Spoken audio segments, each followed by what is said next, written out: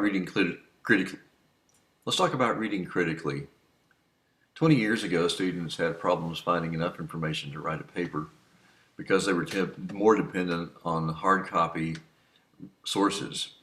But there's been a revolution since then in how we access information. And the problem for almost any topic now is there's too much information out there, and how do you work through it all?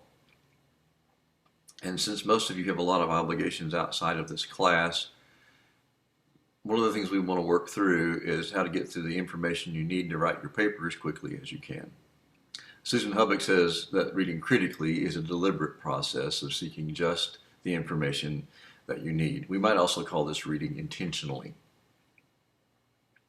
It's a process of learning about a subject by reading and then analyzing, synthesizing and analyzing what it is that you found. And staying organized is a key in this process, and as the papers get longer in graduate school, it becomes more difficult to stay organized. And one thing I'd like to recommend to you that I've spoken about before is that it's so tempting to just copy and paste passages from the sources you've read without synthesizing them, without summarizing them, without thinking about how they fit into your argument. And if your notes only consist of exact quotes from the sources you've read, you've got problems when you start writing your first draft. So you need to be summarizing and paraphrasing and thinking about how those sources fit into your argument as you go. And staying organized is a key in that process to figure out where things might go in the puzzle. Part of reading critically is considering your thesis as you read. I have a short memory. I like to keep my thesis or hypothesis or research question in front of me as I work because it helps me think about, does my initial working thesis seem right? And if it's changing, why is it changing? The wrong attitude in this class is to say that you have the right answer when you start and to only set out to prove your own point. Because the task in this class is, if you choose a controversial topic, to look at both sides of the issue, even the side of the issue you might disagree with. And you may present it only to show how it's flawed, but you still need to consider it. And for some reason at this point in the semester, a lot of students decide, well, not a lot, but a considerable percentage decide that they don't want to keep pursuing the topic that they've worked on. So you might consider a change in direction if that is the case with you. I want you to develop a healthy skepticism concerning your sources. Remember that no matter how many letters people have after their names, the researchers are people. And they're trying to make sense of what they've looked at. And so when you look at a source, don't think of it as a statement of fact, and I mean fact in an absolute sense. View it as part of the conversation as research goes on through the years. Remember that researchers look for information that helps them answer the question that they've asked. And for you, in writing the paper, the thesis statement or the research question is a filter you need to look at when you come to information that'll give your research direction. And if you don't have a research question, you will simply drift and collect source after source after source and have no direction. So that research question, even if it's changing, even if you're refining it, serves as a great way to filter the source that you're looking at. If you come to a source, say, does this address my research question or does it not? And then approach sources with these questions. What do I need from this source? And the second thing is, what's the most efficient way to get to the information? Most online sources have find functions. Use those. Don't spend an hour looking at the introduction of some resource if you can use a find function and get to a keyword on an area a lot more quickly. Susan Hubbock says that we need to understand how and why each of these authors sees a subject, but resist mindlessly falling into his or her pattern of thinking. One of the things that Hubbock talks about is becoming a passive sponge researcher, or a parrot. Now, you have a topic for your paper, and I think almost everyone who's been doing research for any length of time will run into a research paper published somewhere that says exactly what you want to say. They have the same outline and everything, or a similar outline. Let me suggest that if you run into something like that, don't use it. Because the temptation will be to simply duplicate their argument and you wind up depending too much on one source. So the key here is to do your own thinking. Remember, the outline is yours, the research question is yours, and while the thoughts are not original, the way you put the puzzle together is. So you are driving this train. Don't let someone else do it for you. Another thing that's important is what makes sense to you. When I was a doctoral student, my professor asked me to read the work of Lev Vygotsky, who was a Russian educational psychologist in the 1920s, who was enlisted by Lenin and then Stalin to bring about the great utopia in the Soviet Union. And so he was a developmental psychologist. And then in France, there's another developmental psychologist named Jean Piaget. And these two men were writing at the same time. And Vygotsky was a great admirer of Piaget. So Vygotsky in his developmental psychology said that people develop depending on the language they live, the native language they speak, the cultural context they grow up in, and the people closest to them. And that kind of makes sense intuitively. He's just kind of the first person to say it formally. Piaget was also a developmental psychologist, but he emphasized how people mature as a result of the biological clock ticking, not necessarily their cultural context. As I read researchers who were talking about these two theorists, many of them said that Vygotsky and Piaget disagreed fundamentally about what they said. But as I read Vygotsky, I remembered that he said, Piaget and I disagree. Piaget and I agree. Fundamentally, we just emphasize different things. And Piaget said the same thing about Vygotsky, that they agreed. So who do you think knows the work better, the men themselves or people writing about them? And so I concluded that a lot of these people who were saying they disagreed had not actually read what the people themselves said. So go to the original source, consciously choose to agree, and when you do that, that constitutes the active consumption of research, which is one of our goals for you here at Wayland, is to become a lifelong learner and to have that active consumption of research, to do it intelligently and intentionally. When you come to hard copy sources, and occasionally we still do this, especially in theological research with commentaries, be sure to look at the table of contents and the preface. That'll tell you a lot about what the source is all about and if it will be helpful to you. If it's a journal article, always look at the abstract. That will give you a paper in a nutshell all the way to the conclusion normally. Not all journals have abstracts, but 90% of them do. Also look at the date the source was published. That is it a part of the current conversation going on in the topic you have chosen? The problem of a source being older than 10 years is that in research things are trendy, like anything else. And if it's older than 10 years, that conversation in the field has gone cold. So we want you to be as current as you can about what people are saying about the topic you've chosen. And if it's a biblical topic, I am aware that the original sources are 2,000 or 3,000 years old. I get that. But you still need to be current on what people are saying about those passages today. Credentials of the author are also important, especially if you're looking at a book, because you want an expert level person writing to other experts. The publisher is important too, especially for books. If you want to know whether a book is maybe authoritative to cite in the paper, look for publishers, and things like textbook publishers like Longman will normally be directed to an academic audience, although most of the time they will be tertiary. Or if you see University of Press, University of Texas, University of Nebraska, University of Oklahoma, those will be directed to an academic audience, nearly always.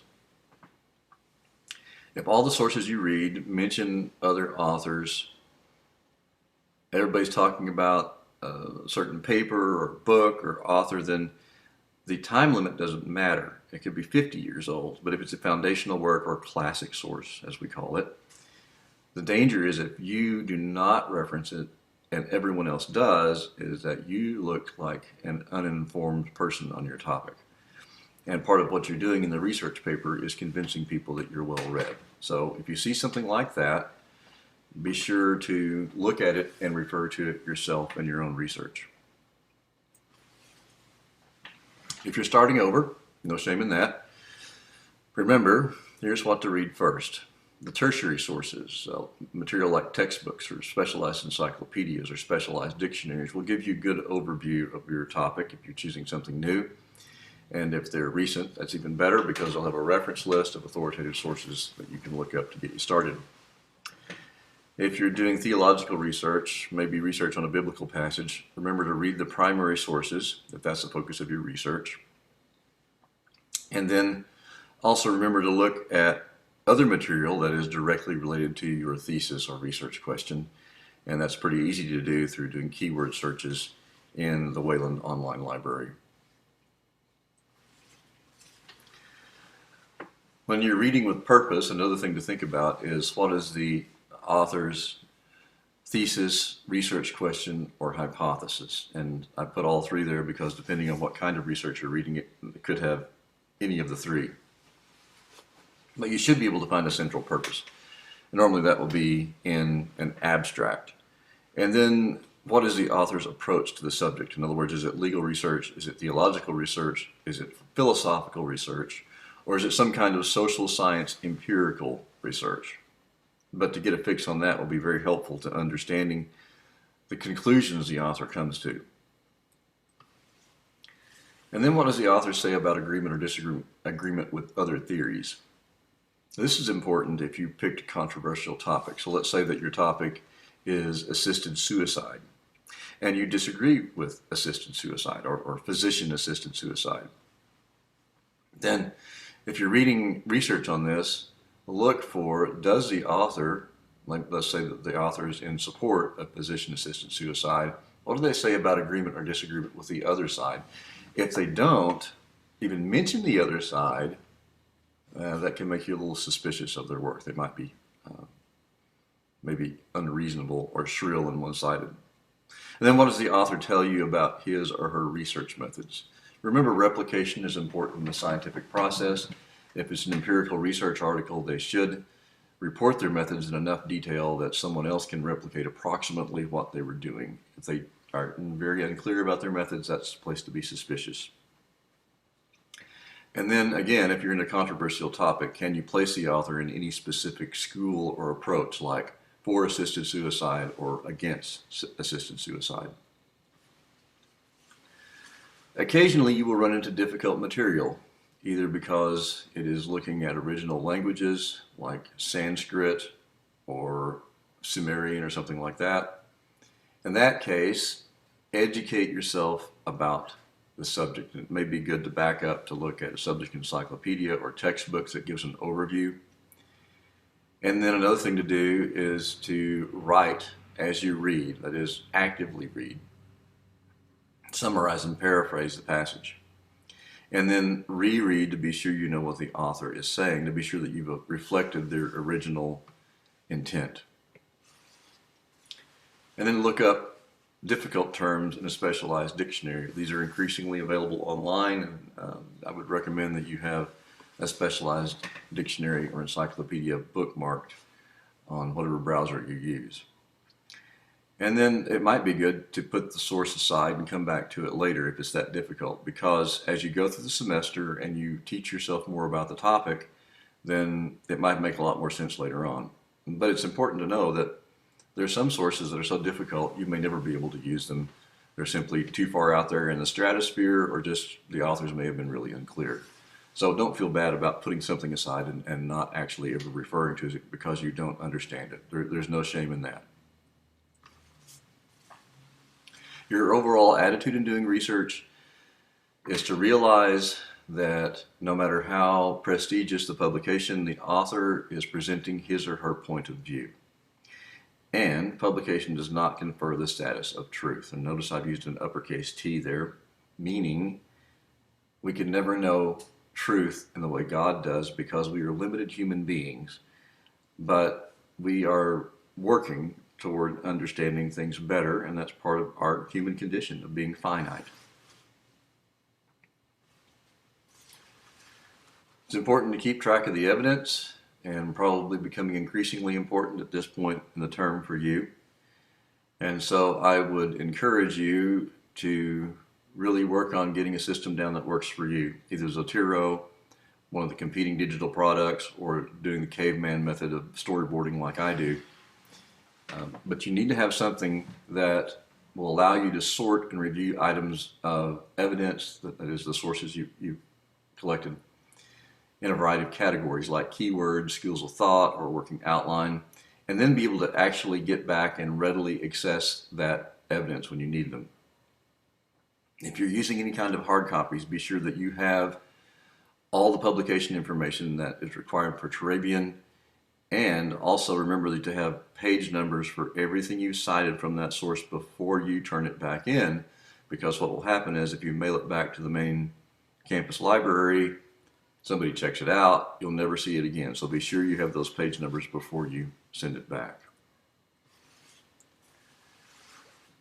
It seems like I'm a broken record here, but remember that those summaries you write and the sources you read are the most valuable evidence that you will have in writing a paper. Because unlike having your notes consist of only direct quotes, this will keep you away from plagiarism. Summarize sources, paraphrase sources as you go. And those will be very valuable to you. And in most cases, your paper is going to refer to that summary information. If you're going to write a paraphrase, then think about how the article will help you. And then read the passage and put it aside. Put it where you can't see it. And for 99% of us, if we can't see the article, we're not going to duplicate exact words. If you have a photographic memory, I'm not sure how to help you. But think about what the author's saying, write it in your own words, and then reread the original passage to see if you have reflected that faithfully. If you're going to quote an author, think about which of the author's words are important enough to quote, and then think about how does the quote fit into my argument, and then do something with the quote. So this goes really for paraphrases or quotes, is that it has to fit into your argument. You can't just drop in a big block quote and not have some reason for it to be there. It can't be just to increase the length of your paper. And sometimes in sermons or speeches, the speaker will drop a poem right at the end and not explain what it means. Not true in a formal academic research paper. You need to explain to me why you're using the quote, either when you introduce the quote or after the quote. Tell me why it's there. That's very important. Don't assume that I know. It's one thing for you to write a paper and for you to be able to understand it. It's quite another for someone else to be able to understand it. And it really helps if you put your ideas in an orderly sequence. And effective organization certainly begins with a good outline, but it's more than that, because at some point you have to write the paper. And in my case, another set of eyes is the best way to tell me whether what I've written is logical or not. So if you have somebody in your life who can do that, that's really helpful. Paragraph structure helps. You don't realize how much we depend on paragraph structure to tell us when authors are moving on from one point to the next until the paragraph divisions are not there. So be sure to construct your paper with paragraphs, and also remember that paragraphs are not to run more than one double-spaced page. I have a section in the folder for this week, in the assignment folder for this week. One is on wordiness. I want you to take a look at that. We're going to talk about jargon, but sometimes you can use so much jargon that it makes the paper unreadable to someone who's a non-specialist. And then I have also included in the folder for this week, the assignment folder, of the Percocet paper, which was written by a student who had a serious injury and was on Percocet, and it shows in the way he wrote his paper. So I want you to take a look at that and follow the instructions. And then finally, I'd like for you to look at Chapter 7 in the Turabian Manual, because it talks about drafting your paper and where the line is for a good paraphrase, a bad paraphrase, for borderline plagiarism, for blatant plagiarism. But part of what I wanted to do is keep you on the right side of the law in this class so you don't get in trouble in other classes. So we'll talk about that this week. I look forward to interacting with you.